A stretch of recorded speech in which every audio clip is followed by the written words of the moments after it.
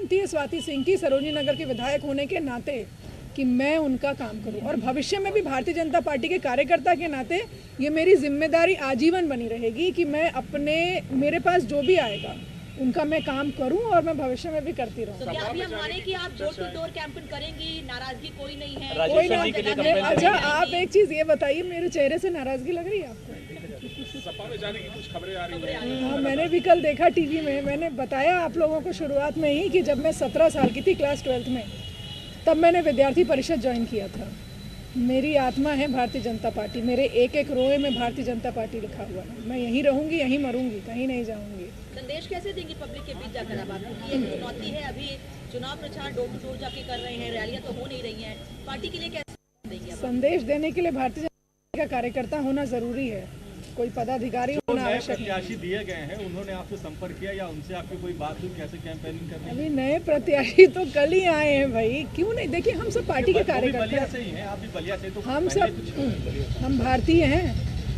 यहाँ के बलिया के, लखनऊ के, ऐसा कुछ नहीं होता है। पहले हम कहीं और से टिकट, अगर यहाँ से नहीं तो अब कुछ तो मुझे लगता है संगठन के लिए आप लोग छोड़ देंगे तो अच्छा रहेगा। संगठन जो जिम्मेदारी भविष्य में देगी उस जिम्मेदारी का निर्वहन पूरी निष्ठा के साथ करूंगी, पूरी ईमानदारी से। पार्टी का कैंपेनिंग कर रही थी, भविष्य में भी करती रहूंगी। आपको उम्मीद थी कि आपको इस बार भी मिलेगा टिकट?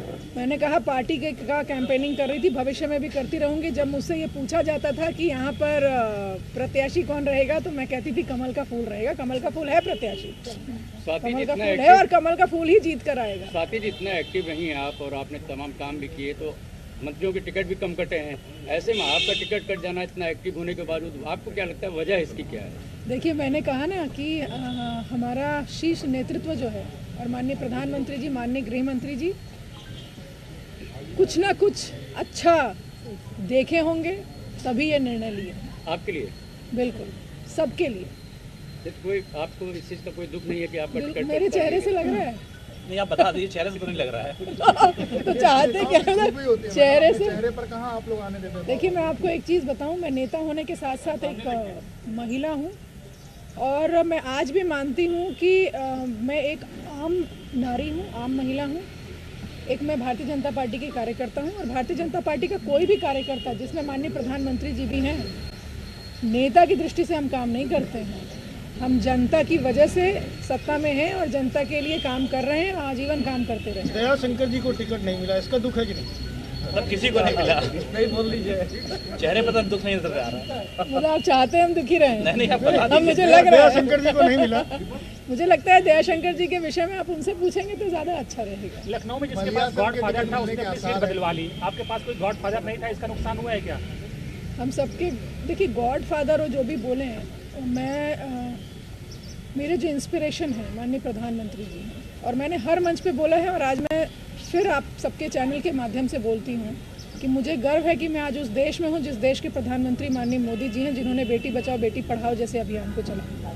आप देख सकते हैं कि जब माननीय प्रधानमंत्री जी की सरकार बनी 2014 में, उस समय सेक्स रेशियो में कितना डिफरेंस था। आज हमारी बेटियां बेटों के कंपैरिजन में ज़्यादा पैदा हो रही हैं, 1000 से ऊपर हो गई हैं। तो कहीं ना कहीं माननीय प्रधानमंत्री जी का जो विज़न है, आधी आबादी को लेकर जो विज़न है, इस देश को लेकर, इस देश के युवा को लेकर, इस देश के किसानों को लेकर, उसके लिए उनका जो भी निर्णय होता है वो एकदम सही होता है। तो फिर सरोजनी नगर में फिर क्यों काट दिया गया जब आप बोल रही हैं बेटियों के लिए? आप लोग सुनना क्या चाहते हैं ये बता दीजिए। 5 साल पहले आप महिला सशक्तिकरण की पोस्टर गर्ल थी, सबसे आपको आज नहीं हूँ। अगर होती तो क्या टिकट ही एक ऐसी चीज़ है जिससे कि महिला सशक्तिकरण को हम चरितार्थ कर सकते हैं। जब मैं भारतीय जनता पार्टी में 2016 में जब दोबारा से मैं एक्टिव पॉलिटिक्स में आई, तो मैं उस समय भारतीय जनता पार्टी की विधायक या मंत्री नहीं थी, उस समय महिला मोर्चा की मैं प्रदेश अध्यक्ष थी। ऐसा कोई क्राइटेरिया नहीं है कि महिला सशक्तिकरण में उसी महिला को हम सशक्त मानेंगे जो मंत्री होगी या जो विधायक होगी। आपको क्या लगता है? लेकिन आप एक चेहरा बन गए कि महिला सशक्तिकरण, ऑब्जर्वेशन होगा आपका, कोई तो आपके मन में ख्याल आया? पार्टी ने जरूर कुछ अच्छा सोच रखा है, लग रहा है कि मुझे महिलाओं के लिए, मैंने कहा मैं आधी आबादी का प्रतिनिधित्व करती हूँ और करती रहूँगी। ऐसा नहीं है, हमेशा हर एक व्यक्ति को, जब मैं जब विधायक बनी और उत्तर प्रदेश सरकार में मैं मंत्री बनी, तो मैं जानती थी कि मैं अब महिला मोर्चा की अध्यक्ष नहीं रहूँगी। ऐसा ज़रूरी तो है नहीं कि हर जगह स्वाति सिंह कैप्चर किए रहे और दूसरे को मौका ना मिले। 2016 में जब आप आई थी तो उसी समय नारा दिया गया था कि बेटी के सम्मान में भाजपा मैदान में, और ऐसे में एक मंत्री का टिकट कट जाना, वो भी एक एक्टिव मिनिस्टर का कट। मुझे क्या पार्टी से निकाल दिया गया है? नहीं, आप बताइए ना। मुझे क्या पार्टी से निकाला गया है? मैं इस पार्टी का हिस्सा थी, हूँ और आजीवन रहूंगी। और इस पार्टी में वही सम्मान मेरा बना रहेगा। अच्छा, आपको लगता है कि पार्टी ने आपको टिकट काट के राजेश्वर सिंह को दिया तो आपसे ज्यादा बेहतर उनको उम्मीदवार लगे?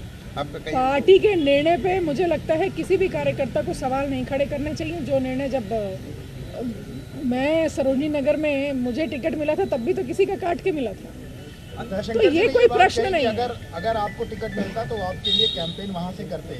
उनकी भी उम्मीद है कि वो बलिया से उनको टिकट मिलना है। क्या तो आप उनके लिए कैंपेन करेंगे? तो आप जाएंगे कैंपेन करने, क्योंकि उन्होंने कहा कि आप लोग ऐसा क्यों चाहते हैं कि कोई अगर अगला व्यक्ति कुछ बोल रहा है तो उस पर मैं बोलूं? मेरे अपने जो विचार हैं मैंने आपको बता दिया। पार्टी का मैं पार्टी की कार्यकर्ता हूँ, भारतीय जनता पार्टी की कार्यकर्ता हूँ, और पार्टी का जो निर्देश होगा, पार्टी का जो आदेश होगा, स्वाति सिंह वो करेंगी। एक कार्यकर्ता के नाते करेंगी।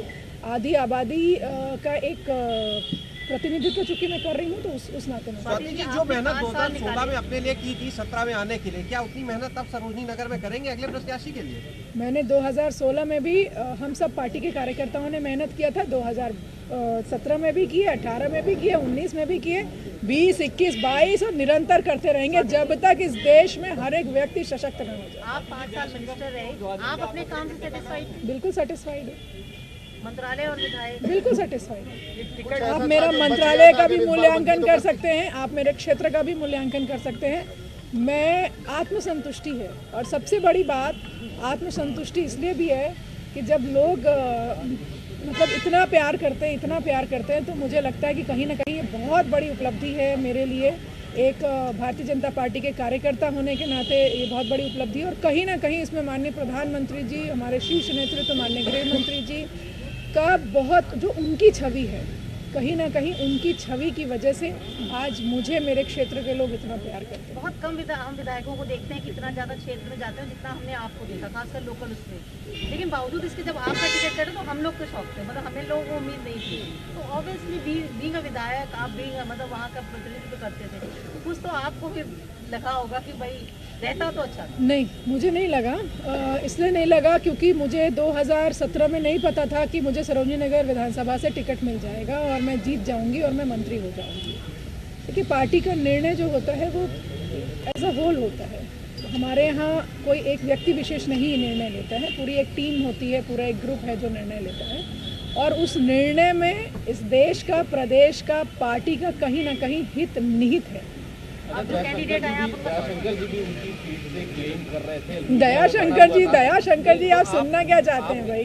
आपने कभी इस पे कोई रिएक्शन क्यों नहीं दिया? आपने कभी किसी से बात की क्यों? मसाला चाहिए था क्या आप लोगों को? जो मैंने दिया नहीं तो आप लोग फेल हो गए। राजेश्वर जी का समर्थन करेंगे? मैं भारतीय जनता पार्टी का हर जगह समर्थन करूंगी। राजेश्वर जी भी भारतीय जनता पार्टी के कैंडिडेट है। मैं हर उस व्यक्ति का समर्थन करूंगी जिसको मेरी पार्टी ने खड़ा किया। टिकट पर कटने से पहले क्या कोई बातचीत हुई? बताया था किसी ने आपको कि टिकट इस बार आप नहीं लड़ रही हैं? पार्टी के किसी नेता ने कुछ कोई बात हुई थी किसी से आपकी? ये अचानक से हो गया ये? चाहते क्या है आप? क्या निकलवाना चाहते हैं? आपका टिकट कट गया। आपने की है अपर्णा यादव, अदिति सिंह, कई लोग अभी बीजेपी में शामिल हुए हैं। टिकट आपका कटा, अभी तक उनको लेकर भी कोई, फिलहाल अदिति सिंह के अलावा किसी को लेकर कोई बात नहीं करी गई है। कैसे काम करेंगे उनके साथ मिलकर? महिलाओं के बीच कैसे जाएंगी? क्या आप भी एक महिला हैं।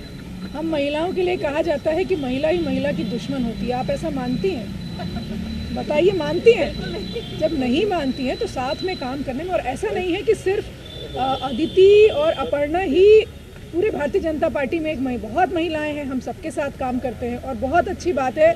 और मैंने कहा ना, मुझे गर्व होता है कि हमारी पार्टी ऐसी पार्टी है जब बेटी बचाओ बेटी पढ़ाओ का हम नारा लेके चलते हैं, जब बेटी के सम्मान में भाजपा मैदान में जब हम कहते हैं, आज उसी का नतीजा है कि दूसरी पार्टियों से भी लोग, जो महिलाएं हैं, वो हमारी पार्टी में आ रही हैं। बहुत सम्मान है उनका और आजीवन उनका सम्मान रहेगा इस पार्टी में। स्वाति जी का आखिरी सवाल ले लीजिए।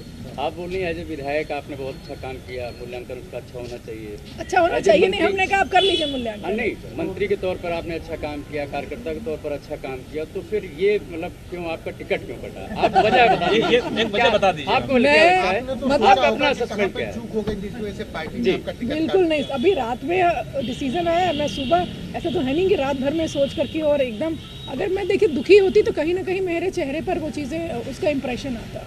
मैं बिल्कुल दुखी नहीं हूँ। मैं पार्टी का जो भी डिसीज़न है मैं उसका समर्थन करती हूँ, और मुझे ये भी विश्वास है कि पार्टी भविष्य में भी मुझे जो भी जिम्मेदारी देगी उसका मैं बहुत ही निष्ठा के साथ और बहुत ही ईमानदारी से मैं उसका निर्वहन भी करूँगी। आप तैयार थी ऐसे कोई एश्योरेंस भारतीय जनता पार्टी की तरफ से आपको दिया गया है कि आपको इस बार चुनाव नहीं लड़ा रहे, कुछ दूसरी भूमिका, या आगे आपको किसी और तरह से एडजस्ट किया जाएगा, कुछ इस तरह का? आपको पता है ये दुनिया की सबसे बड़ी पार्टी है। अगर आप सदस्यों की संख्या देखेंगे तो इस दुनिया की सबसे बड़ी पार्टी है, और इस पार्टी में जो भी लोग काम करते हैं, जो भी कार्यकर्ता भारतीय जनता पार्टी का है और इस पार्टी का हिस्सा है, वो अपने नेतृत्व से प्रश्न नहीं करता है, और नेतृत्व को पता है कि हमें किसे किस समय क्या जिम्मेदारी देनी है, उसको पता है। ठीक है, थैंक यू मैम। 1 to 1 आप कर लिए जाए नहीं, अब 1 to 1 भैया बस। सब लोग कोशिश करेंगे, अब रहने दीजिए, सब सुपर